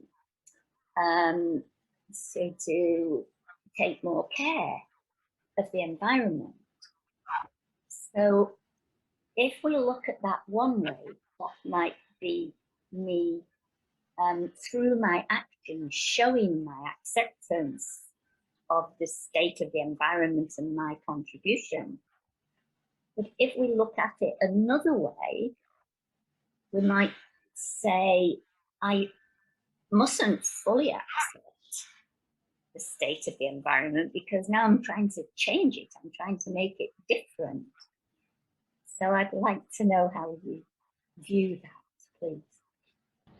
මට ප්‍රශ්න දෙකක් තියෙනවා. එකක් තමයි අර කියපු අර මනස ඇතුළේ තියෙන ද්වන්ද සටන මා තුලත් තියෙනවා. ඒ තමයි දැන් ඔය අර වගේම ප්‍රශ්නයක් අහන්න ගියාම මටත් එකපාරට හිතෙනවා මේ ඇත්තට මේ ප්‍රශ්නේ මම අහන්න ඕනේද කියලා. මේ ඇත්තට මේ ප්‍රශ්නේ අහන්න ඕනේද? මේක මේ දැනුමක් විතරයි නේද? ඊට පස්සේ නමුත් ඒත් එක්කම තව කෙනෙක් කියනවා නෑ මේ මට පොඩි කුතුහලයකුත් තියෙනවා මේක අහන්නත් ඕනේ. එහෙම අහන්නත් ඕනේ. ඒතකොට මේ හැමතිස්සෙම මනස ඇතුලේ එහෙම ද්වන්ද සටනක් තියෙනවා. මේ ඊට පස්සේ තව වෙලාවක හිතෙනවා හරි මට එක්ක මේ අහන්න ඕනේ මේක කිසි වැදගත්කමක් නැති දෙයක්. ඊට පස්සේ හිතෙනවා ඒ වැදගත්කමක් නැහැ කියනකොට ඒ කියන්නේ මට මේ දේවල් සම්බන්ධයෙන් තියෙන මේ කුතුහලය උද්‍යෝගය මගෙන් නැති වෙලා යනවද? මේ නැති වෙලා යනවද කියලා මගේ මනස මගෙන් ප්‍රශ්න කරනවා. ඕක එක ප්‍රශ්නයක්. දෙවැනි ප්‍රශ්නය තමයි ඔබ කතා කරපු පිළිගැනීම, දේවල් පිළිගැනීම ගැන. ඒ පිළිගැනීම සහ ක්‍රියාත්මක වීම අතර සම්බන්ධය ඔබ කොහොමද දකින්නේ? උදාහරණයක් විදිහට දැන් මේ පාරිසරික දේවල් සම්බන්ධයෙන්. මේ පාරිසරික දේවල් මට පිළිගන්න පුළුවන්. ඒ අතරතුරම මම යම්කිසි වෙනසක් සඳහා ක්‍රියාකාරීව දායක වෙනවා. එතකොට මම එහෙම ක්‍රියාකාරීව දායක වෙනකොට මම ඇත්තටම සම්පූර්ණයෙන් පිළිගැනීමක් කරන්නේ නැහැ නේද? මම කොටසක් නේද පිළිගන්නේ. ඔව්. පළවෙනි එක තමයි දැන් අපේ තියෙන කුතුහලය පුදුමය අපි දේවල් තේරුම් ගැනීම එකේ පුදුම වෙන දේකුත් නැහැ කුතුහලයක් නැහැ ඒක අඩු වෙනවා. Yes, about your first part of your question about the interest that you have towards the worldly things. Yes, there's nothing to worry about it. There is nothing to amaze about it because that interest will decrease. ඒක සාමාන්‍යයි. ඒ මොකද අපිට පුදුම වෙන කිසිම දෙයක් මේ ලෝකේ නැහැ. Yeah, that is natural because there won't be anything to astonish us in this world. Yeah, it is like that. Yeah. ඊළඟ කාරණාව තමයි මෙහෙමයි. අපි දේවල් වලට ක්‍රියාකාරීව සම්බන්ධ වෙනවා. නමුත් ඒ සම්බන්ධ වෙන්නේ ඒක තේරුම් හැඟීමෙන්ද ඒ තේරුම් සම්බන්ධ වෙන්නේ අවශ්‍යතාවයටද කියලා අපි තේරුම් ගන්නවා. Now, the second part of your question about the acceptance and action. Yes, we do involve in action. We do actions. But then we have to understand, do we act emotionally or do we act because of the necessity? Oh, okay. يعني emotionally නම් එයා එතන යථාර්ථයක් තේරුම් අරගෙන නැහැ. Because if you act emotionally, that means you have not realized the reality. නමුත් අපිට අවශ්‍යතාවයට ප්‍රතිහත් වෙන්න පුළුවන්. But we can involve in something because of necessity. දැන් අපි ඒකෙන් මේ කියන්නේ මේ මලානික පුද්ගලයෙක් නෙවෙයි යමක් තේරුම් ගන්න. එයා ක්‍රියාකාරී. එයාට දේවල් වෙනස් කරන්න පුළුවන්. එයාට දේවල් අලුත් කරන්න පුළුවන්. නමුත් ඒ කිසිම දෙයක් එක්ක එයාගේ අතුලේ තියෙන නිවීම නැති වෙන්නේ නැහැ. So, a person who has achieved realization is not lethargic. He's not a vegetable. He's not. He's not a sedentary person. He's not sterile. He can act, but the thing is, whatever he does, it will not affect the bliss within him. Yeah. දැන් නිවිච්ච කෙනෙක්ට තමයි ගින්නට පනින්න පුළුවන්. මොකද එයා නිවිලා. Because the one who is at liberation, one who is at bliss, can jump to the fire because his fire has already gone, vanished. Yeah. එනිසා අධික්‍රියාකාරී. So he is overactive in one sense. මොකද කොච්චර ක්‍රියාකාරී වුණත් එයාගේ අතුලට ප්‍රශ්නයක් නැහැ. Because it doesn't matter how much active he is, there is nothing going to happen to his inside. අපි මේ හිතලා හදාගන්න නිවීමක්වත් හිතලා හදාගන්න සාමයක්වත් නෙවෙයි අපි කතා කරන්නේ. Now we are not talking about a liberation, we are not talking about a bliss achieving by thinking. No. එතකොට ඒක හිතලා හදාගත්තොත් ওই විදිහට පරිස්සම් කරගන්න ඕනේ. Because if you achieve that, if you create a liberation by thinking, then you have to save it from everything. ඒතර ඔබට මේ අවස්ථාවට ක්‍රියාත්මක වෙන්න බෑ. Then you will not be able to act according to the moment. කියන මේ අපි හදාගත්ත කෘතිම නිදහස ඔබ රැක ගන්න. Because you're already always at a fight, at a struggle to save the artificial liberation that you created. නිදහස කොච්චරද කියනවනම් නිදහස ගැනවත් හැඟීමක් නැහැ. So the liberation that we talk about, how extensive that liberation is, he doesn't have even an idea about his liberation. ඒ ගැන Yeah, තේරුමක් I ගන්න. get that. He never thinks about it. Yeah. Yeah. Mm. Thank you. Thank you so much. I have one more question, but there are other people waiting, so I'll get to ask it if there's time. And Right. thank you. And the other Christine. Hi, thank you so much. I have a question about ego. My understanding of what you've said about ego. If ego is the thing that makes us attached and prevents us from achieving happiness, why in the universe is ego such a strong force? And why does it sort of pervade through everything? Why does it cause all the, in my mind, all the bad things in the world? And why is that the thing that goes, it's so much easier to go downstream? And why is ego part of that downstream thing? And why do we have to fight so hard to go upstream? Right. මගේ ප්‍රශ්නය තමයි ඔබ කිව්වා මේ මමත්වය කියන එක තමයි මේ අපේ මේ අධ්‍යාත්මික මාර්ගයට බාධාවක් වෙන්නේ. කියන්නේ අපිට ආසාව වර්ධනය වෙන්නේ මේ මමත්වය නිසා කියලා. ඒ මමත්වය නිසා නම් මේ අපේ ආසාව වර්ධනය වෙන්නේ. ඒ මමත්වය නිසා නම් අපිට මේකට බාධාවක් අපේ සතුටට බාධාවක් ගෙන දෙන්නේ. මේ විශ්වය තුල මමත්වය කියන එක බලවත්ම ශක්තියක් උනේ කොහොමද? ඇයි මේ ගමනේදී මේ පහළ ගඟ පහළට ගලන එක පහසු වෙලා උඩට ගලන එක අපහසු වෙන්නේ? ඒ තරමටම මෝඩය වැඩි නිසා. Because of the number of fools in the world are greater to that extent. But why? එහෙම තමයි වෙලා තියෙන්නේ. That is what has happened. Is that something I have to accept? ඒකට උදාහරණයක් කියන්න. I will give you an example to that. දැන් අපි මුළු ජීවිත කාලයේ අවුරුදු ලක්ෂ ගාණක් එකම අන්ධකාරයක ඉන්නවා. Now let's say we have a very long life and we are living in a darkness for 100,000 years. අපේ අම්මා හිටියෙත් ඒකේ, අපේ සීයා හිටියෙත් ඒකේ, සීයාගේ සීයා හිටියෙත් ඒකේ මුළු පරම්පරාවම අන්ධකාරයේම තමයි ඉන්නේ. Our entire generation was in that darkness. My mother was there, my grandparents were there, my great-grandparents were there. The entire lineage of my generation was in that darkness. ඒකෝට ඒගොල්ලොන්ට අන්ධකාරයෙන් එහාට අත්දැකීම් නැහැ. So none of them have any experience beyond that darkness.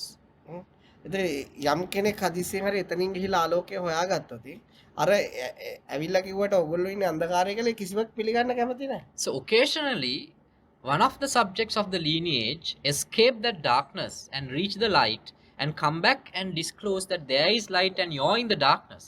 None of you will be ready to believe it. අන්න ඒකයි හේතුව. That is the reason for that. ඔයාගේ මුළු පරම්පරා ගානක් එකම විදියට ගලන්න හිතන්න පුරුදු වෙලා තියෙනවා. ඒ නිසා අලුතෙන් කෙනෙක් පහළ වෙනකොට මේම උඩට අනිත් පැත්තට හිතන්න කියලා ඒක සමාජයේ කාටවත් පුරුදු නැහැ. So generations of yours been swimming downstream. So occasionally one of yours will say that there is a movement towards upstream. None of you will believe it. For me to find happiness, I have to accept that. එතකොට මම මගේ සතුට ලබා ගන්න නම් මම ඒක පිළිගන්න ඕනේ. ඔය ඉස්සෙල්ලම තේරුම් ගන්න ඕන මේ ඔයා ඊට පස්සේ ඒක කළා බලන්න ඕන. කළා බලලා තමයි තේරුම් ගන්න ඕන සතුට වැඩි වෙනවද නැද්ද කියලා. And you have to practice this. Practice this and see whether my happiness is increasing or decreasing. Then only you have to believe if it is increasing. So there is a practice part. දැන් ඊළඟ උදාහරණයක් කියන්න. I will give you an example. දැන් අපි කැමතිම දේවල් අපි කැමති අපේ ළඟ තියාගන්න. Now we always like to keep the things that we like close to us. අපි රත්තරන් බඩු වෙන්න පුළුවන්, සල්ලි වෙන්න පුළුවන්, දරුවෝ වෙන්න පුළුවන්, අපි ආස කෑම වෙන්න පුළුවන්. ඒවා අපි කැමති නැහැ අපේ ප්‍රයෝජනය සඳහා නැතුව වෙන කාටවත් දෙන්න. Now those things may be our jewelries, our children, or any other materialistic thing. We always try to keep them to us. We don't like other people using it. ඉතින් ඒක මුළු ලෝකෙම එහෙම තමයි. So the entire world is like that. ඔබට පුළුවන් බලන්න ඔබ ආසම දේවල් අනිත් අයට දීලා ඔබට මොකද වෙන්නේ කියලා. So now you can do a trial and see, give away the most precious things in your life to others and see whether you can be happy. ඒක අනිත් පැත්තට හිතීම. මොකද ලෝකෙම හිතන්නේ ඒක තමන් සතු කරගන්න, ආරක්ෂා කරගන්න. ඔබට පුළුවන් වුණනම් බලන්න ඒක අනිත් පැත්ත කරලා බලන්න. ආරක්ෂා කරගන්න නැතුව වෙන කෙනෙක්ට දීලා, වෙන ප්‍රජාවකට දීලා. So the entire world, the common ideology of this world is securing things that you like. So you can do it vice versa. Let it used by the common and see whether you can be happy.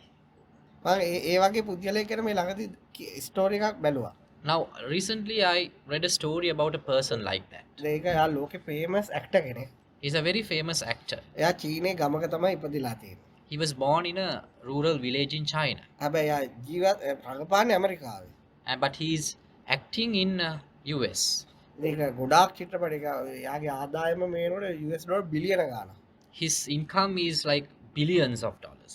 ඉතින් ඔහු තාම වාහනයක්වත් පාවිච්චි කරන්නේ නැහැ. But he's not using a vehicle yet. ඔබ ඕන අන්තර්ජාලය තුල ගහලා බලන්න. You can search about this character if you want. ඔහුත් එක්ක ඕනම කෙනෙක්ට ඡායාරූපයක් ගන්න බල ඔහු සාමාන්‍ය කෝච්චියේ තමයි ගමන් බිමන් යන්නේ. So anyone can take a photograph or a selfie with him because he's traveling, he's using this common transportation. ඉතින් ඔහු ගොඩාක් වටිනා කියන ඇඳුම් ඔහු පාවිච්චි කරන්නේ නැහැ. He's not using branded wares, valuable materials or anything. නිසා ඔහු ඔහුගේ ධනය මේ වෙලා මේ සියල්ලම මේ ළඟදී ගෙවල් නැති අයට අනාථ නිවාස වලට සියල්ල බෙදලා දෙන 750ක්වත් තියාගන්න නැතුව. And he is just giving his entire wealth to the people who are in need without keeping a penny with him, providing houses and other social services. ඔහු ජීවත් වෙන්නේ සාමාන්‍ය මිල අඩු ෆ්ලැට් එකක. He is living in a very cheap flat. ඔහු කියනවා ගොඩක් සතුටින් ඉන්නේ කියලා. And he says he is living with lot of happiness. ඒක දැන් බලන්න මේ ලෝකේ හැමෝටම එහෙම කරන්න බැහැනේ. Now you can see the majority cannot do like that. ඒක වෙනස් thinking එක. That is a different way of thinking. ඉතින් ඔහු කියන ඔහුගේ සතුට මෙතෙක් කල් උපයපු සියල්ල අනිත් අයට බෙදලා දීලා ඔහු ගොඩක් සතුටින් කියලා. And he says after giving everything that he has earned throughout his life to everyone, he is happy. ඉතින් ඔහු බැඳලා තියෙන්නේ ධනවත් කාන්තාවක්. කාන්තාව කීප විටක්ම ඔහු ඩිවෝර්ස් කරන්න හදලා තියෙනවා. මොකද ඔහුගේ සතු දේවල් අනිත් අයට දෙනවා. ඔහු ආසම දේවල් අනිත් අයට දෙනවා. ඔහුට වඩා හොඳ ඇඳුම් අනිත් අයට දෙනවා. ඒක එක්ක ජීවත් වෙන්න බෑ කියලා. නමුත් ඒ කාන්තාව පහු කාලේනෝ තේරුම් ගන්න තියෙනවා. ඒ විදියට හිතන එක ගොඩක් ඔහු සතුටින් ඉන්නේ කියලා. And he is married to another rich lady, and she has tried to divorce him for a couple of times, thinking that, complaining that he is always giving his things away to others and he's not using luxurious things, and he's giving money to other people to possess luxurious things likewise. But after sometimes she has realized he is always happy with what he's doing, and that way of life is great. ඔහුගේ වයස බොහෝ අය කියයි ඔහුට සතුට නැහැ කියලා. ඔහු කියනවා ඔහු ගොඩක් සතුටින් කියලා. So the people, his associates might say he is not happy, but he is claiming that he is happy. ඇයි ඔහු සතුටින් ඉන්නේ? ඔහුගේ හිතන විදිය වෙනස්. ඔහුගේ ක්‍රියාකාරකම් වෙනස්. ඔහුට ඕන අනිත් අයව සතුටටපත් කරන්න. ඔහුට ඕන ඔහු සතු වටිනාම දේවල් දෙන්න. ඉතින් ඔහු මුළු විශ්වයම ඔහු සතුටින් තියෙනවා. So what is the reason for his happiness? The way he thinks is different. He wants to keep other people happy all the time. So the entire universe is ready to make him happy. ඉතින් මම කියන්නේ මේ මට ඔහුගේ නම මතක නැහැ. අතන ඔබ ඒක සර්ච් කරලා බලන්න ওই තොරතුරු මම කියපුවා. එතකොට ඔබට ඒ ස්ටෝරි එක එයි. So I cannot remember the name of this particular actor, but if you search these information, you will find the. Thank you. Thank you, Christine. And Alison. Hello, and thank you. So my question is about making decisions and what should be that sort of guiding light to help you make the right one, if such a thing exists.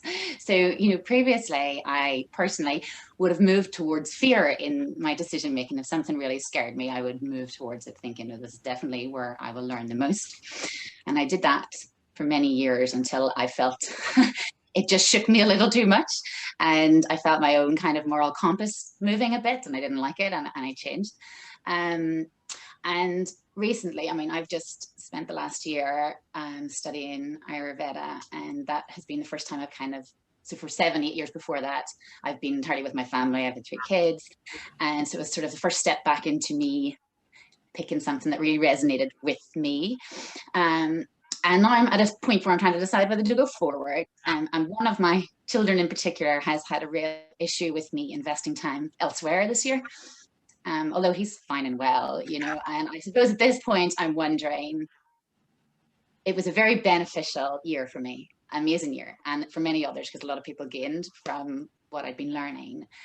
And I just wonder, is it selfish to have the guiding light to be, I feel like a lot more can gain from this, and without my son suffering a great deal, you know, he's okay, he's still very well taken care of.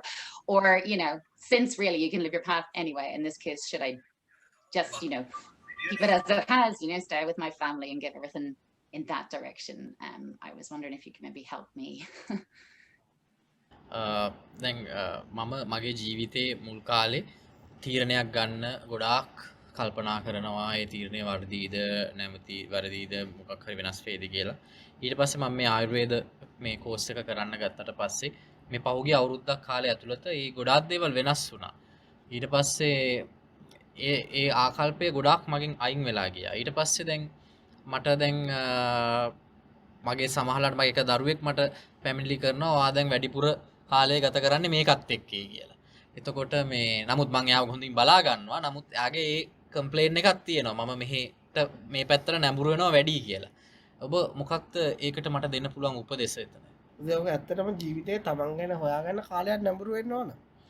Actually, you have to dedicate some time to investigate about you. So it is okay to sacrifice that time for yourself. මේ සමහර අපි ඉගෙනගෙන උපාධියක් කරන්න අවුරුදු 20ක් 30ක් වැය කරන්නේ. Now, some people, they spend about 20-30 years to do a degree, to do a study. යම් ක්‍රීඩාවක් කරන්න අවුරුදු 10ක් 15ක් වැය කරන්නේ. Some people dedicate 10 to 15 years in their life for a sport. ඒ වගේම ඔබ ඔබේ හිත ගැන ඔබේ ජීවිතය ගැන තීරුම් ගන්න ඔබට සමහරට අවුරුදු 7ක් 8ක් 10ක් වැය කරන්න වෙනවා. So for you to understand about your life, yourself, your mind, you might have to dedicate sometimes about 7 to 8 years. ඔබ ජීවිතය කාලේ අවුරුදු 60 නම් ඒ 10 තමයි ඔබට ඇත්තටම ඔබ ජීවත් කරවන්නේ. Because let's say you are going to live for 60 years, that 10 years out of that you have been doing the research about your mind is the time that you are actually living. ඒක ඒ ඔයාගේ දරුවන්ටත් හොඳයි. ඒක ඔයාගේ සමාජයටත් හොඳයි. වඩාම ඔයාට හොඳයි. That is good for your kids. That is good for the people of your society you are living in. And more than that, that is good for yourself. Thank you. And just as you were speaking about, you know, being fascinated by life. ඔයාගේ දරුවන්ට කියන්න මම ඔයත් එක්ක මෙහෙම හරි හොඳින් ඉන්නේ මම ඒකට ගොඩක් නැඹුරු වෙච්ච නිසා. නැත්නම් සමහරට මට ඔයත් එක්ක මේ විදිහටවත් ඉන්න බැරි වෙයි. And you can tell your child who is complaining that you are in this peace with the family, with the happiness with yourself, because I have started learning about myself. If I have not done this for this year, I may not be able to associate with you peacefully, with the family. That's very true. Very true. Thank you. Thank you very much. අරයාගේ නම චෝයා. So the name of that actor is Chow Yun. You can search for CHOWYUN. He's a Chinese actor. We just googled it. Okay. So shall we wind up the session for today, Ajahn? Yes, sure. I think Dr. Deepika wanted to say I one think, thing. you know, we will happy to continue this forum in the future for our students and then anybody who like to come to join with us. And I mean, we will cordially invite you if you can, you know, assist us through our life, you see, in the future. Yes. Okay, sure. ඔයාලා තව වැඩසටහන් කීපයක් අපි මාතෘකා දාගෙන ඔයාලා කැමති නම් කරමු. Yes, if you are keen enough, we can another session, another episode like this. We can think about different topics, we can have that discussion, Ajanta. So if you're ready, we will continue it. මොකද ඒකට හේතුව ඔයාලා මේ සාකච්ඡාවත් එක්ක ඉන්නවනේ නැත්තම් ඔයාලා ඔය අහපු එක කාලයක් ඇද්ද ඔයාලට අමතක වෙලා යනවා. Because you have to be in this discussion, you have to do this dedication for some time, because otherwise it will go out from your mind. දැන් අපි කියමු අවුරුදු 3ක් 4ක්වත් ඔයගොල්ලෝ මේ අපිට මේ සාකච්ඡා කරන්න බැරුණත් මේවා අන්තර්ජාලයට ගිහලා ඔයලා අහන්න. එහෙම නැති වුණොත් ඔයා ඒ ආධ්‍යාත්මික මාර්ගය ඔයා දන්නේ නැතුවම අතහැරෙනවා. So even though we cannot continue this discussion with you, you can do your own research. There are a lot of videos available. We can share our YouTube channel. I think we have already shared that. Go to that YouTube channel and keep on listening to those videos, because it is very important to be in the group in this spiritual discussion, because otherwise you will forget it after some time if you do not keep continuing the research for 3 to 4 years. අපි මේ කියන වේගෙන් ඔයාගේ සිතුවිලි අනිත් පැත්ත ගහන්නේ. Because your mind will not change, the pattern of thinking will not change in this speed that we are continuing with this discussion. මොකද එහෙම වෙන්න ඕනද? It is not supposed to happen. ඒක බොහොම හිමින් සිද්ධ වෙන්නේ. It should be a gradual ඒක process. හිමින් වෙන තරමට හොඳයි. Now it is better it happens slowly. ඔයා එතකන් ඔයාගේ ඇතුළත වෙනස් වෙනකම් ඔයාගේ ඇතුළාන්තය වෙනස් වෙන්න ඔයාට බාහිරේ වචනේ උදව් අවශ්‍යයි. So as long as until the time that the thinking pattern changes, you need some assistance by words, by motivation from outside. ඒ වගේ ඔබේ භක්තිය තව ඔබ මේ මැසේජ් එක පිරිසුදු වෙන්න වෙන්න මේ මැසේජ් එක ගැන භක්තිය ඔබට වැඩි වෙනවා. And when the path is being cleared to you, the faith that you develop toward the message will increase. එතකොට ඔබේ ප්‍රඥාව නැගිටින්නේ. With that, the wisdom will grow. එතකොට ඔබට නිදහස හම්බ වෙනවා. Then you will reach the liberation. ඒක නිසා ඒකෙන් අනුග්‍රහය ලැබෙන්න ඕන. So there should be a support by way of discussion. දැන් බලන්න ඔබ මේ වැඩසටහන් ටික කරන්නේ නැතුව මුල් ටිකෙම ඉවර කරා නම් ඔයාලට අද මෙච්චර තේරුම් ගන්න අමාරුයි. Now if we stop this series from the very first one that we had, you will not have the understanding that you are having right now. දැන් ඔබ සාකච්ඡා කරාම ඔබ අලුත් වෙනවා. Because with every discussion, you are getting refreshed. ඔබ තව ඔබේ පැහැදිලි කර ගැනීම වැඩි වෙනවා. Your understanding will be greater. ඔබ මම හිතන්නේ ඉතින් ඔබට ඒක ඔබ තේරුම් ගන්නවා නම් ඔයගොල්ලෝ ඒක සංවිධානය කරන්න අපි මාසෙකට සැරයක් වගේ කරන්න. So if you are in a need of having the discussion, we can continue like this, like once a month. You people can organize it among you and let us know. And we'll make available the YouTube videos again. Yeah. And the recordings for this series and the previous series are also available to everybody. Would you advise watching those again? ඔබ මේ කියනවාද මේ අපි බලපු discussions මේ කරපු ඒවා නැවත නැවත අහන එක හොඳයි කියලා ඔබ හිතනවා? ඔව් මම හිතන්නේ මාසෙකට සැරේ ඔව් දැන් ටික ඔහම අමතක වෙන්න දීලා අහන්න. Yes, I think it's better. Now just give some time, like a month, and let your mind to forget what you have discussed. After that, you continue from the first one. මාසෙකට එකක් දෙකක් අහන්න ඉඩ වෙලා ලැබිච්ච වෙලාව. Just listen about one discussion per month or two. එතකොට ඔයාට එදා තේරුණාට වඩා ගොඩක් දෙයක් තේරෙයි. Then you will realize more from the same discussion, more than what you have understood at that point. ඔබට මේ මාර්ගය පැහැදිලි වැඩි වෙන්න ඔබේ හිතට ඒක තුළ ගමන් කරන්න පුළුවන්. So when you have more clarity about the path, your mind will be able to travel in that. Thank you. And I think on behalf of everybody, we're very grateful for the time that you've given to us. Thank you very much. Thank you. Thank you. Look forward to more. Thank you.